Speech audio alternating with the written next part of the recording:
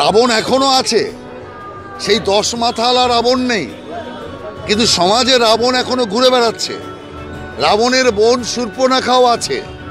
সেই কারণে রাবণের বংশকে ধ্বংস করবার জন্য রামচন্দ্রের আশীর্বাদ ছাড়া সম্ভব নয়। সেই কারণে এই দেশের সংস্কৃতির, দেশের সুরক্ষা, দেশের সার্বভৌমত্বের প্রতীক হচ্ছে রাম। সেই কারণে রাম না কোনো ধর্মের বিরুদ্ধে, না কোনো জাতির বিরুদ্ধে, না কোনো ভাষার বিরুদ্ধে। রাম হচ্ছে ভারতীয়তার প্রতীক, রাম হচ্ছে সত্যের প্রতীক, অধর্মের বিরুদ্ধে ধর্মের বিজয়ের প্রতীক।